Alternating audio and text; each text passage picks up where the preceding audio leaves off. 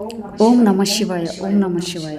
అందరికీ నమస్కారం అండి. మనుషులు అంటే మనం మనకి దుఃఖం వచ్చినా కష్టం వచ్చినా దేవుడి దగ్గరికి వెళితే అవన్నీ పోతాయి అని మనం నమ్ముతాం కదా. అయినా ఆ కష్టం రావడానికి కారణం ఎవరు? ఆ దుఃఖం రావడానికి కారణం ఎవరు? సంతోషం రావడానికి కారణం ఎవరు అని అంటే మనమే. మనము అనే కన్నా నా కోసం నేను చెప్తాను. సంతోషంగా ఉండాలి అంటే సంతోషమైన పనులే చేయాలి. నాకు దుఃఖం కలగాలంటే నన్ను నేను దుఃఖించుకోవాలి.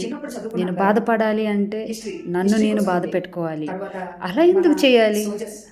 ప్రతిరోజు సంతోషంగా హ్యాపీగా ఎప్పుడు కూడా నేను ఉంటాను. నలుగురిని నవ్వించాలి.